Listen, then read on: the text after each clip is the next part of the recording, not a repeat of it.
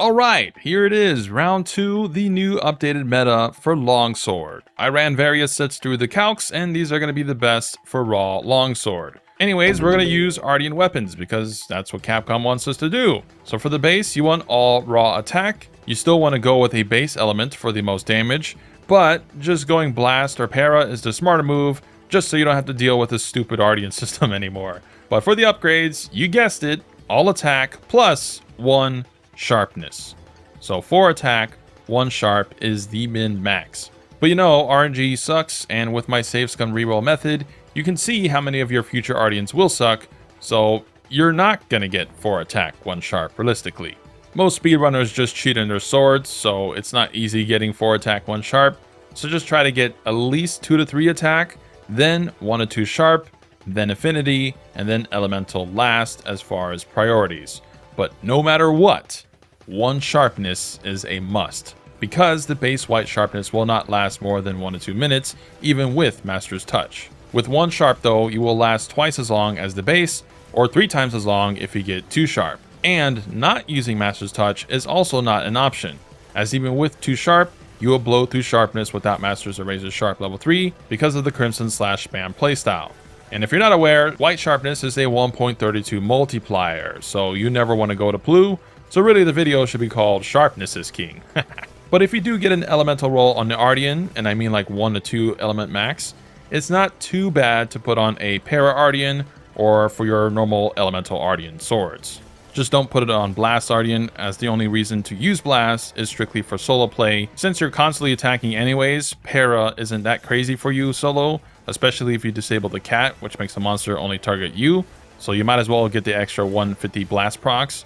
But for multiplayer, para is just straight up the best.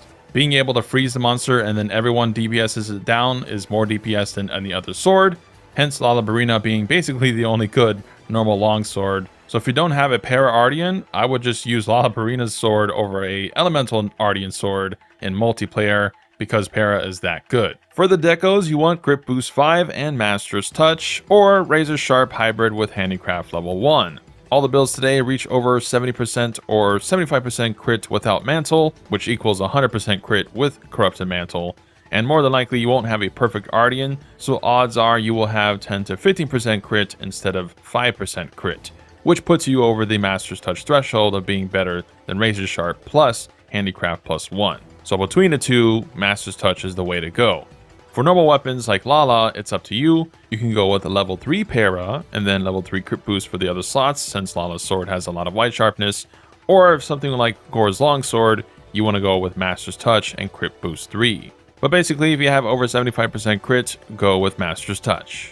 Now there is an upcoming stream on the 25th regarding the first title update for the game. We know Mizutsune is in, so I would say do not build a water longsword, as that might be the new best, but you might want to build a thunder longsword because Mizu is weak to thunder. But I'll stream that with you guys so we can discuss whatever they're going to add for the first title update. Who knows what the legendary monsters above temper will bring, so maybe Artians will be surpassed. Who knows, maybe Mizu's set bonus is really strong and that becomes a new meta. We'll find out. But for now, here is build Uno, the Giga Speedrunner setup. This is min-max based off the calculator and armor set searcher. With everything up, including Corruption Mantle, you will have the most damage, with your Crimson Slash doing 159, based off a min-max Ellie Artian with 225 raw, 5% affinity, and 230 elements, which will be used for all the comparisons. And I'm basing the damage off Crimson Slash damage since that's your main combo, so all you care about is how much Crimson 1 and Spirit Blade deal. But the build is 4-piece gore with Arc Chest, all beta. Much original, much diversity. But with this, you get Gore's 4-piece bonus, which gives you 15 raw, and then 15% crit, which becomes 25% crit with Antivirus level 3 after you beat Frenzy, just from attacking. Wex level 5, Adrenaline Rush level 1 for 10 raw, which procs off Foresight, Burst 1 for 5 raw, Maximum Might 1 for 10% affinity, and lastly, Counter Strike level 3. Counter Strike gives you 25 raw whenever you can proc it, either from being hit like normal or getting hit while using a hyper armor attack against an attack that would knock you back. Longsword has several hyper armor attacks. The initial stab of Helmbreaker is 1 point, So when the monster is about to attack, you use Helmbreaker, but you must get hit at the very start of the animation to hyper armor it and proc counter. Next you have Spirit Release Slash, which has hyper armor. EI Spirit Slash has hyper armor at the tail end of its animation. Your wound attack, R1, has hyper armor, although that's a bit harder to trigger since you usually flinch the monster.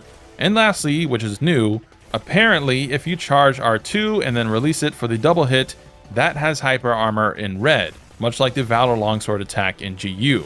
I missed this in my master guide, but that is pretty cool, although that will deactivate max might, but since you only use one max might, it's not a big DPS loss for that initial 3 or so seconds, which is why I prefer this setup, since we don't rely on max might too much. And yeah, use any of these moves during a monster's attack to proc Counter-Strike, and gain 25 raw for a whopping 45 seconds. So this is the most optimal damage build that's consistent and the conditions are not hard to proc. But this does have a downside. You only get Quick Sheave level 1. So you have to deal with a slower EI counter. I don't think it's a big deal since majority of your time is in red, right? So you're never really using EI over Foresight. But if you wanted to EI to counter Counter-Strike or just wanted to EI for just more damage, then build 2 is the second best build. You lose 3 damage in comparison, losing 4 piece for the 2-piece gore, and gain Adrenaline Rush level 3 and Quick Sheave level 3, with Enos Helmet, then Arcveld Booba and Waste to get Arcveld's 2-piece bonus, which gives you a little bit of heals here and there, which is nice to heal back damage from Counter-Strike, so a bit more comfy. Now, Adrenaline Rush doesn't refresh anytime you Foresight, so every 30 seconds you have to Foresight something to activate it, so the slight alternative you can do is lose the Adrenaline Rush Deco for Agitator level 1. You're going to lose a little bit of raw, but Agitator will last longer, and without Corruption Mantle, you have a smidge more DPS than Adrenaline Rush level 3 because of the 3% crit. So that's the best alternative if you wanted Quick Sheave level 3 with Counter-Strike still. But for both of these builds, I would still say this is mostly for solo since you might not proc Counter-Strike too often in multiplayer, and you're reliant on Mantle to get to 100% crit.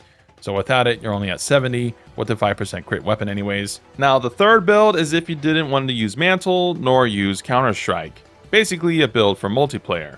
And I kind of went back and forth on a couple setups, but settled on this. This gives the most damage for non-counter, non-mantle at 134 without mantle or 151 with mantle. I did try a max might 2-piece Anjanath version that got 154 with mantle, and it didn't work. The little extra bar that Anjanath set gives is not enough to not deactivate max might when using Foresight. You're going to need Constitution 5 or eat for black belt with Constitution 3 or drink dash juice every hunt with Constitution 4. So that's too much work to do every hunt. So freak it. If max might deactivates, whatever. In multiplayer, that's going to happen less often since you don't get attacked as much, right? And you always have EI to counter to keep your stamina from dropping. So yeah, this build is the best I can configure, and you get an extra level 1 slot for shockproof or adaptability. But you're going to want to use Razor Sharp +1 Handicraft Hybrid Jewel for this, as Agitator has downtime, so you're going to lose crit chance and Master's Touch effectiveness will go down. I would only use Master's Touch if you're using Weakness Exploit level 5. But either way, we have over 85% crit when everything is up without Mantle with a 5% base. Now if you still wanted counter without Mantle, then this setup has the most damage. It's basically build 2 but without the Arcveld healing, instead gaining 10% crit. I still think build 2 is the best build in this whole video since you're gonna heal, and triggering Counter-Strike means you're taking damage, right?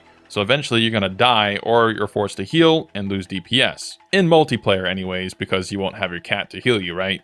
But I recommend creating 2 loadouts, one with Corruption Mantle and one with Rock Steady. Rock Steady auto hyper armors every attack, so you can easily trigger Counter-Strike while also reducing the damage done to you. It lets you be lazy with Counter-Strike and trigger it at least twice per hunt. So you flip-flop between both Corrupted Mantle and Rock Steady for your counter builds whenever the other mantle is on cooldown. So these are the best builds in the game for Longsword as of 3 weeks from launch. If you can help me out, give the video a like for the algorithm. No heroics in any of the builds because these are builds meant for normal people still. I tried making a Foray setup for Para Sword and it's just not worth it. Foray is a slightly better agitator, but the window for the damage is low since it only procs on para or poison, and the armor sets are just not there for it. It's also not worth going for burst level 5 for element, due to Crimson Spam having a 0.7 modifier for element. Now, there is an upcoming livestream for Title Update 1 on March 25th, which I'll stream with you guys so we can see what's going to be added. but I'm going to predict something. Corrupted Mantle will get nerfed, either losing the extra damage hits or losing crit chance, or actually continuously make you lose health, because at the moment, so long as you keep attacking, you don't lose HP. So it just provides so much damage and crit for free with no downside. It's crazy that it's in the base game, as it's the biggest factor on speedrunners getting literal sub 2 minute tempered arc veil clears, and it has weird conditions for other weapons like dual blades or sword and shield or charge blades. So I easily predict it to get nerfed big time before the expansion. So a title update most likely, possibly even the first one coming up. But anyways, I digress. That's the video. Leave a like, comment your thoughts on Longsword or the builds or the meta in general. Is this a good meta? Is Crimson Spam fun? Or Artians a good idea to put in the base game? Let's discuss in the comments. TU stream on the 25th, so subscribe for more Wilds epicness.